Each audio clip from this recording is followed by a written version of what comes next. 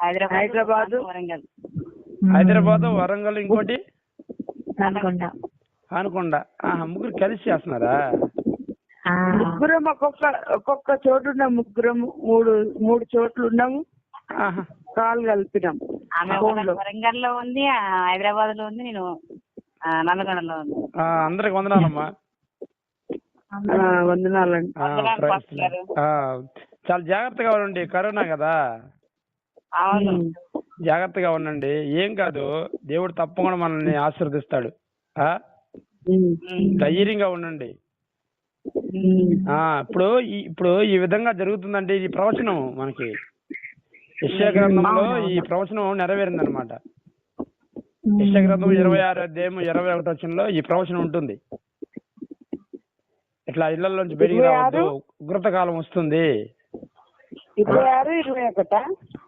యెషయా గ్రంథము 26, 21. హలో, చెప్పండి. అర్థమవుతుందమ్మా? అర్థమవుతుంది. అక్కడ ఏముందంటే, నువ్వు వెళ్ళి నీ అంతఃపురంలో ప్రవేశించము, నువ్వు వెళ్ళి తలుపులు వేసుకొనుము, ఉగ్రత తీరిపో వరకు కొంచెం సేపు దాగి ఉండమని ఉంటుంది. అంటే దేవుడు ముందుగానే ఈ ప్రవచనాన్ని రాసి పెట్టాడు, ఇలా మనం ఇళ్లలో ఉండాలని, ఇలాంటి వస్తుందని.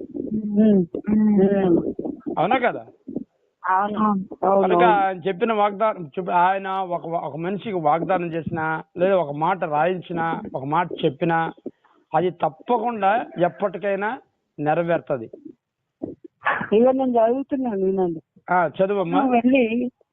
నీవు వెళ్ళి నీ అంతఃపురములలో ప్రవేశించు. నీవు వెళ్ళి నీ తలుపులు వేసుకొని ఉగ్రత తీరిపో వరకు కొంచెం సేపు దాగి ఉండుము. అంటే ఇప్పుడు ఇది ఉగ్రత, అవునా కదా? అవును. కొంచెం సేపు అంటే ఇది కొంతకాలం ఉంటుంది, వెళ్ళిపోతుంది. ఇది శాశ్వతం కాదు ఇది. కనుక కొంచెం సమయం మనం ఏడుండాలంట, తలుపులు వేసుకొని లోపల ప్రార్థన చేసుకుంటూ ఉండాలని అర్థం. ఇప్పుడు అది నెరవేరుతుందా లేదా? మరి ఇది బైబిల్లో ఉందని మనకు తెలుసా? మీకు తెలుసా? మరి అది అంటే దేవుడు చెప్పిన ప్రతి మాట కూడా తప్పకుండా నెరవేరుతుంది. ఆయన నోటుకుని వచ్చిన మాట ఏది కూడా ఫెయిల్ కాదు. అలాగే దేవుడు మీకు ఇచ్చిన వాగ్దానం విషయంలో కూడా ఆయన నమ్మకస్తుడు.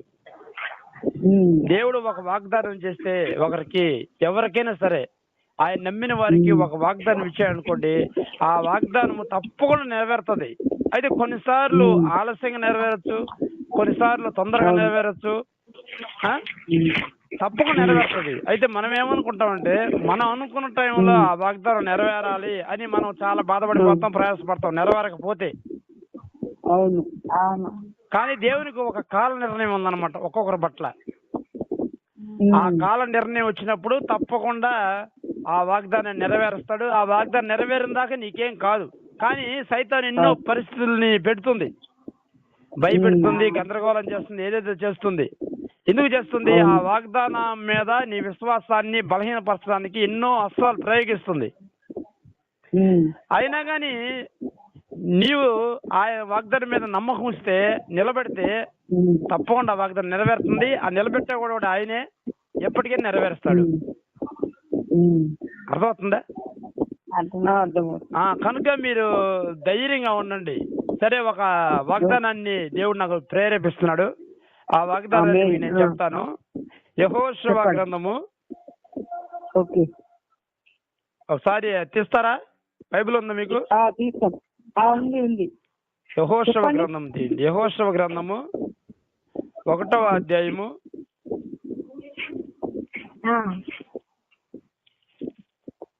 చెప్పండి. 6వ వచనం. నిన్ను విడువను, 5-6 చదువమ్మా. నీవు బ్రతుకు దినములన్నిటిను ఏ మనుషులను నీ ఎదుట నిలవలేకుండును. నేను మోషేకు తోడై ఉన్నట్లు నీకును తోడైయుందును. నిన్ను విడువను, నిన్ను ఎడబాయను నిబ్బరం కలిగి ధైర్యంగా నుండుము. అది చాలు. చూసారండి ఏమంటున్నాడు? నిన్ను విడువను ఎడబాయను నిబ్బరం కలిగి ధైర్యంగా ఉండు. అంతేకాదు నేను మోషేకి తోడై ఉన్నట్లు నీకును తోడై ఉంటాను అని మీతో దేవుడు చెప్తున్నాడు. ఎందుకంటే దానికంటే ముందు ఒక మాట చెప్తాడు, నీవు బ్రతుకు దినములన్నిటిను ఏ మనుషులను నీ ఎదుట నిలవలేకుండును. ఏ మనిషి అయినా, ఏ వ్యక్తి అయినా, ఏ శక్తి అయినా మీ ఎదుట నిలవ నేరదు. నేను చెప్తున్నాను, అది ఏదైనా కానీ, ఎంత పెద్దదైనా కానీ, ఒకవేళ నీ యొక్క చేతులు దాటిపోయి ఉండొచ్చు, నీకు అసాధ్యమైనది కావచ్చు, కానీ దేవునికి అసాధ్యమైనది లేదు, దేవుని చేయి దాటిపోలేదు. అది ఏదైనా, అది రోగమైనా, అప్పులైనా, శాపమైనా, ఉద్యోగమైనా, పెళ్ళైనా, లేకపోతే ఏదైనా కానీ దేవునికి అసాధ్యమైనది లేదు. దేవుడు తప్పకుండా నెరవేరుస్తాడు. అదంతే. ఎందుకంటే ఆయన మాట ఇచ్చాడంతే. ఆయన మాట ఇస్తే నెరవేరుస్తాడు. భూమి ఆకాశంలో గతించిపోయినా దేవుడు ఇచ్చిన మాట నెరవేరక పోదు. ఒక్క మాట ఆయన నోటుకు వదిలేడు అనుకోండి, అది ఆ నెరవేర్చుకుని వస్తుంది తిరిగి. అంతే. నెరవేర్చిన దాకా నిన్ను విడిచిపెట్టదా వాగ్దానం. అర్థమైందా? కనుక మోషేకు తోడేండి అని అద్భుతాలు చేశాడు దేవుడు. నీకు తోడే ఉండి అంతకంటే గొప్ప అద్భుతాలు చేస్తాడు మీ జీవితాల్లో. మీరు ధైర్యంగా ఉండండి. ఆయన విడిచిపెట్టే దేవుడు కాదు.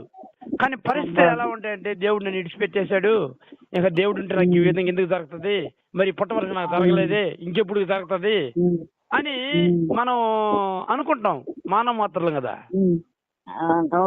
అయితే దేవుడే ఉంటాడు, నేను విడువను ఎడబాయను ధైర్యం కలిగి నిబ్బరంగా ఉండు. నీ వాగ్దానం, దేవుడు నీకు ఇచ్చిన వాగ్దానం నెరవేరాలంటే అది నీలోనే ఉంది, ఇంకెక్కడా లేదు. మరి నీలో ఎలా ఉందంటే నువ్వు నిబ్బరం కలిగి ఉండాలి. అది నువ్వు నిబ్బరం కలిగి ధైర్యం కలిగి ఉంటే తప్పక తొందరగా నెరవేరుతుంది. నువ్వు నిబ్బరం కలగకపోయినా, నువ్వు ధైర్యంగా లేకపోయినా నెరవేరుతుంది, కానీ ఆలస్యం అవుతుంది. నువ్వు నిబ్బరం కలిగి ధైర్యంగా ఉంటే, దేవుని వైపు చూస్తుంటే, ఎన్ని వచ్చినా కానీ నా దేవుడు నాకు వాగ్దానం చేశాడు, ఆయన మాట తప్పుడు, ఆయన తప్పకుండా నెరవేరుస్తాడు, నేను ఆయన వైపు చూడాలా, ఆయన నాకున్నాడు, ఆయన నన్ను విడిచిపెట్టడు అని ఒక విశ్వాసం, గొప్ప విశ్వాసం కలిగి ఆయన వైపు చూస్తే తొందరగా నెరవేరుతుంది. అంటే దేవుడికి ఇచ్చిన వాగ్దానం నెరవేరంటే నువ్వే కారణం. నెరవేరకపోవడానికి, తొందరగా నెరవేరకపోవడానికి నువ్వే కారణం అవుతున్నావు. కనుక మనం ఏం చేయాలి? ప్రభువా, నేను నువ్వు ఇచ్చిన వాగ్దానానికి వెనుకం చేయట్లేదు. నువ్వు వెనుకంజ వేయట్లేదు గుర్తు ఏంటో తెలుసా? ఇప్పుడు దేవుడు మనకి ఇచ్చిన వాగ్దానం నెరవేరాలి అని, నెరవేరుతుంది అని నువ్వు నమ్ముతున్నావు, నేను నమ్ముతున్నానని గుర్తు ఏంటో తెలుసా? నువ్వు ప్రార్థన చేస్తూ ఉంటావు దాని గురించి. వదిలిపెట్టవు. ప్రార్థనే గుర్తు. దేవుడు నీకు ఇచ్చిన మాట నెరవేరిందాక విడిచిపెట్టకుండా ఆయన పాదాలు పట్టుకొని కన్నీరు విడిచి ప్రార్థన చేస్తూనే ఉంటావు. ఎందుకంటే ప్రభు నువ్వు తప్పకుండా నెరవేరుస్తావు, తప్పకుండా నెరవేరుస్తావు, నువ్వు తప్పకుండా నెరవేరుస్తావు అని ఒక విశ్వాసంతో నీ హృదయం నింపబడి, ఆ విశ్వాసం కలిగిన గుర్తుగా ప్రార్థన రూపంలో బయటకు వస్తుంది నీ నమ్మకం. కనుక నువ్వేం చేయాలి? మీరేం చేయాలంటే ప్రార్థన చేయాలి. దేవుడు ఈ వాగ్దానం మీకు ఇచ్చాడు. మోషేకి తోడే ఉన్నట్లు దేవుడు మీకు అందరికి కూడా తోడుంటున్నాడు. ఈరోజు తోడే ఉన్నాడు. ధైర్యంగా ఉండాలి. ఇక్కడి నుంచి ఏ మనుషుడు, ఏ వ్యక్తి, ఏది కూడా మీ ముందు నిలవదు. ఏ రోగం, ఏ శాపం, ఏ పాపం, ఏ అప్పులు, ఏది కూడా నిలవదంటే ఏ సైతాన్ శక్తి కూడా నిలవదు. ధైర్యంగా ఉండాలి. లోకాసు వార్త 10వ అధ్యాయము 19వ వచనంలో ఒక మాట ఉంది. అదేముందంటే, ఇదిగో పాముల మీదను తేళ్ల మీదను సమస్త శత్రు బలమంతటి మీదను మీకు అధికారం అనుగ్రహించున్నాను, ఏది మీకు ఎంత మాత్రం కూడా హాని చేయదనుంది. సమస్త శత్రు లోకాసు వార్త 10వ అధ్యాయము 19వ వచనం చదవండి. మీదే బైబిల్ ఉంది, అందుకే అందరి దగ్గర ఉంది. చదువమ్మా, చదువు.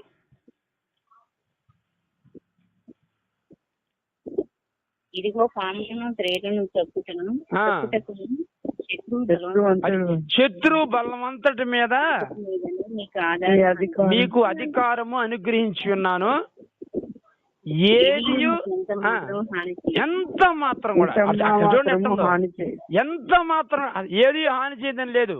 ఎంత మాత్రం కూడా ఆయన చేయదు. ఎంత మాత్రం. ఎంత మాత్రం అంటే డోంట్ టచ్ కూడా చేయడానికి లేదు. ఆయన పక్కన పెట్టండి, ఏది కూడా టచ్ కూడా చేయడానికి లేదంటే ఎంత వాగ్దానం అండి అది, ఎంత మంచి వాగ్దానం. ఇంకో విషయం తెలుసు మీకు, శత్రువు అంటాం లేదు, శత్రువుకి ఎంత బలగం ఉందో ఈ లోకంలో, వాటన్నిటి మీద కూడా, ఒక్క శత్రువు మీద కాదు, వాడికి బలం మీద అన్నిటి మీద కూడా మనకు అధికారం ఉందంటున్నాడు. మరి ఇది నువ్వు నమ్ముతున్నావా? నమ్ముతున్నాం. మరి అది 100% నమ్ముతున్నాం. ఒక శత్రువే కాదు, ఆ శత్రువుకి ఆ సైతానికి ఎంత సైతాన్ శక్తులు సపోర్ట్ చేస్తున్నాయి ఈ లోకంలో, దూతలు. అవును. వాటన్నిటి మీద కూడా, వాటన్నిటి మీద కూడా నీకు అధికారం ఉంది. ఉండటమే కాదు, అవి నిన్ను ఏ మాత్రం కూడా ఏం చేయవు. చూడండి ఎంత వాగ్దానం ఇచ్చాడు దేవుడు. మరి అంత మంచి వాగ్దానం దేవుడు మనకి ఇచ్చినప్పుడు మనం ఏం చేయాలంటే ఆ వాగ్దానాన్ని ముందుకు పెట్టుకుని విశ్వాసంతో మనం ప్రార్థన చేయాలి. ఇప్పుడు మనం చాలా విపత్తుకర పరిస్థితిలో ఉన్నాం, అవునా కదా? ఈ పరిస్థితులు ఏ కూడా మనం ఏం చేయలేవు. అయితే మనం దేవుడు చేసిన వాగ్దానం ప్రకారంగా మనం ఇంట్లో కూర్చొని తలుపేసుకొని మనం ఏం చేయాలా? ప్రార్థన చేయాలి. ప్రార్థన చేయాలి. ఇది కూడా దేవుడు చేసిన వాగ్దానం మనకి. కానీ ఎంతో మంది నశించిపోతున్నారు కదా. అవును. వాళ్ళ గురించి మనం కన్నీరు విడిచి ప్రార్థన చేయాలా. ఎప్పుడైతే కన్నీరు విడిచి ప్రార్థన చేస్తామో తప్పకుండా వాళ్ళని దేవుడు రక్షిస్తాడు. మనకిచ్చిన వాగ్దానము, మీ పట్ల ఇచ్చిన వాగ్దానం తప్పకుండా నెరవేరుతుంది. కనుక మోషేకి తోడై ఉండి ఎన్ని అద్భుతాలు చేశాడు, మీ జీవితంలో కూడా అన్ని అద్భుతాలు దేవుడు తప్పకుండా చేస్తాడు. దేవుడు మిమ్మల్ని విడిచిపెట్టే దేవుడు కాదు. అర్థమవుతున్నాడు? నిన్ను విడువను, నిన్ను ఎడబాయను, నిబ్బరం కలిగి ధైర్యంగా ఉండము అంటున్నాడు. కనుక మనం నిబ్బరం కలిగి ధైర్యంగా ఉండాలి. ధైర్యం చెడిపోకూడదు.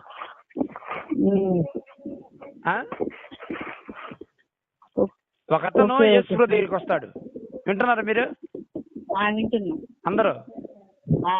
ఒక అతను యేసు దగ్గరికి వచ్చి, అయ్యా నా కుమార్తెకి బాగలేదు, మీరు రండి, మీరు వచ్చి అదొక మాట ఉంటుంది, మీరు వచ్చి అది చెయ్యి పెట్టండి అంతే, ఇంకేమంటారు, ఊరికే చెయ్యి అట్ట పెట్టండి అంతే. వింటున్నారమ్మా? హలో, ఊరికే చెయ్యి అట్ట పెట్టండి అంతే, నా కుమార్తె బాగైపోద్ది. చూడండి అతను ఎంత విశ్వాసం ఉంది అతనికి. గమనిస్తున్నారు మీరు? అయితే సరే అని చెప్పేసి పోదాం పదా, నేను తప్పకుండా వచ్చి ప్రార్థన చేస్తా అంటాడు. పోతూ ఉన్న సందర్భంలో మధ్యలో అతను దాసుడు వచ్చి అంటాడు, అయ్యా నీ కుమార్తె చనిపోయింది. చూసావండి ఏమంటున్నాడు? నీ కుమార్తె చనిపోయింది, ఇంకెందుకు అతన్ని బోధకుని నువ్వు శ్రమ పెడతావు, దేనికి? అక్కడ ఒక మర్మం ఉంది, అది మనం తెలుసుకోవాలి. వెంటనే చనిపోయిందని ఆ దాసుడు చెప్పంగానే ఇతను నమ్మేసి వెళ్ళిపోలేదండి. ఆ మాట చెప్పంగానే యేసు వైపు చూస్తాడు. అది గొప్పతనం. యేసు వైపు చూడడం. యేసు అంటున్నాడు, ఒకటే మాట అంటున్నాడు, భయపడకము, ధైర్యంగా నమ్మిక మాత్రం వచ్చము, నీ కుమార్తె నిద్రిస్తుందే గాని చనిపోలేదు. వాస్తవానికి చనిపోయింది ఆవిడ. కానీ యేసు ఏమంటున్నాడు? ధైర్యంగా ఉండు, భయపడకు, ధైర్యంగా ఉండు, నమ్మిక మాత్రం ఉంచు, నీ కుమార్తె చనిపోలేదు, నిద్రిస్తుంది. చూశారండి? నమ్మేశాడు తను. ఇంటికి పోయి చూసుకుంటే కుమార్తె బ్రతికుంది. ఎందుకు చెప్తున్నానంటే భయపడకూడదు. మన ముందు భయపడకూడదు, ధైర్యంగా ఉండాలా. ధైర్యంగా ఉండాలి. మీరు తప్పకుండా దేవుడు మిమ్మల్ని ఆశీర్వదిస్తాడు. ఆయన మిమ్మల్ని విడిచిపెట్టే దేవుడు కాదు. ఆయన మీతో ఉన్నాడు. మీరు చేసే ప్రతిదీ కూడా ఆయన చూస్తున్నాడు. మీ యొక్క సమస్యలు, బాధలు, కష్టాలు, ఇరుకులు, సంతోషాలు, మీ బిడ్డల విషయాలు, మీ కుటుంబంలో ఏం జరుగుతుంది అన్ని చూస్తున్నాడు ఆయన. సమస్తం తెలుసు ఆయనకి. కానీ ఆయనకు ఒక నిర్ణయ కాలం ఉంది. ఆ నిర్ణయ కాలంలో అన్ని చేస్తాడు. ఆ నిర్ణయ కాలం వచ్చిన దాకా మనం ప్రార్థన చేస్తూ ఉండాలా. నీ జీవితంలో ఒక నిర్ణయ కాలం ఉంది, నేను చెప్తున్నా. ఆ కాలం సమీపించింది కూడా. కనుక ధైర్యం, ఏ పరిస్థితి, బయట పరిస్థితులు ఏవి కూడా మనం ఏం చేయలేవు. కానీ మన జాగ్రత్తల్లో మనం ఉండాలా. మన జాగ్రత్తల్లో మనం ఉంటే దేవుడి జాగ్రత్తలో దేవుడు ఉంటాడు. మనం జాగ్రత్తగా దేవుని మీద ఆధారపడితే దేవుడు కూడా మనల్ని జాగ్రత్త పరిచి మనకన్నీ కూడా జాగ్రత్తగా ఆయన చేస్తాడు మనకి. ఉమ్. అవునా కదా? అవును. కనుక మీరు ధైర్యంగా ఉండండి. దేవుడు మీరు అనుకున్న కూడా దేవుడు తప్పకుండా ఆయన నిర్ణయ కాలంలో తప్పకుండా నెరవేరుస్తాడు. నిరుత్సాహపడద్దు, ముందుకు అడిగి వేయండి, ధైర్యంగా ఉండండి. మీ ఇంకో సంగతి తెలుసా, దేవుడు ఎందుకు ఆలోచన చేస్తాడంటే మన విశ్వాసాన్ని దేవుని ఎదుట మనం కనబరచాలా, రుజువుపరచాలా, చూపించాలా. నీవు ఎంత మాత్రము నిజంగా నా యందు విశ్వాసం ఉన్నాము అని దేవుడు పెట్టే టెస్ట్ అన్నమాట, పరీక్ష. ఆ పరీక్షలో నెగ్గాల, అందుకే ఆలస్యం. మరి ఆ పరీక్షలో నెగ్గాలా, ఫెయిల్ అవ్వాలా చెప్పండి? నెగ్గాలి. ఏం చేయాలా? ఆ విశ్వాసం నిలబడాలా లేదా? నిలబడాలి. కనుక ధైర్యంగా ఉండండి. దేవుడు ఇచ్చిన మాట కోసం దేవుడు ఏమైనా చేస్తాడు మన కోసం, అది మనం గుర్తుంచుకోవాల్సింది. దేవుడు మాట ఇచ్చాడు, ఆ మాట కోసం ఏమైనా చేస్తాడు. ఏ దడ్డు వచ్చింది సరే అవన్నీ పట్టాపంచలు అయిపోతాయి. దేవుని మాట నెరవేరుతుంది మీ పట్ల. యెహోషువకి మాట ఇచ్చాడు, నువ్వు వెళ్ళు యుద్ధం చేయన్నాడు. అంతే. 5 రాళ్ళు ఆయన మీదకి వచ్చారు, ఇసుకేస్తారు వాళ్ళని జనం. అయితే దేవుడు ఏమంటున్నాడు, 5 రాజులు కాదు, ఇసుకేస్తారు జనం కాదు, ఎంత జనం వచ్చినా డోంట్ కేర్, నువ్వు వెళ్ళంతే, వాళ్ళు నీకు అప్పచెప్పా. యుద్ధానికి వెళ్ళాడండి. యుద్ధానికి వెళితే ఏమైందో తెలుసా అండి, ఇశ్రాయేలు జనాంగంలో తక్కువైపోతున్నారు యుద్ధంలో. యుద్ధంలో ఉన్న ఒక పద్ధతి ఏంటంటే సాయంత్రం కల్లా యుద్ధం ముగించాలా. సాయంత్రం కల్లా ఏ సైన్యం తక్కువ ఉంటుందో, ఏ సైన్యం ఎక్కువ ఉంటుందో, ఎక్కువ ఉన్న సైన్యం గెలిచింది అనమాట. అయితే దేవుడు వాగ్దానం చేశాడు, ఇశ్రాయేలు జనం తక్కువగా ఉంది. యెహోషువ వెంటనే ఏం చేశాడంటే మోకరించి ప్రార్థన చేశాడు. ఆ ప్రార్థనలో ఒకే ఒక మాట అంటాడు, ఏమంటాడంటే సూర్యుడా ఆగిపో, చంద్రుడా నిలిచిపో. అంతే. చూడండి, యెహోషువకి ఇచ్చిన వాగ్దానం మాట నెరవేర్చడానికి దేవుడు సూర్యచంద్రుల్ని ఆపేసి కాలచక్రాన్ని ఆపేశాడు. దేవుడు తను ఇచ్చిన మాట నెరవేర్చడానికి ఒక కాలచక్రాన్ని దేవుడు ఆపాడంటే ఆయన మాట మీద ఆయన అంత ఖచ్చితంగా నిలబడతాడనేది మనం అర్థం చేసుకోవాలా. అంత గొప్ప దేవుడు ఆయన. మన కోసం ఆయన ఏమైనా చేస్తాడు. కాలచక్రాలే కాదు, అన్ని కూడా ఆపేస్తాడు. అంతే. ఆయన మాట ఇస్తే వెనక్కి తగ్గేవాడు కాదు.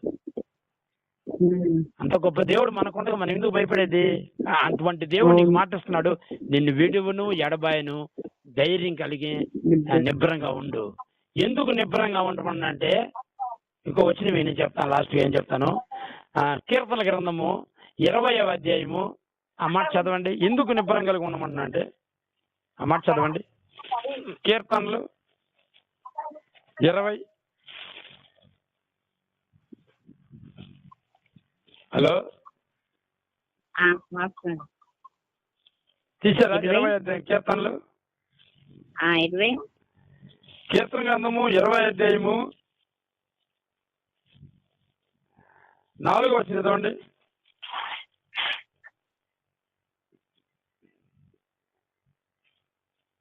హలో,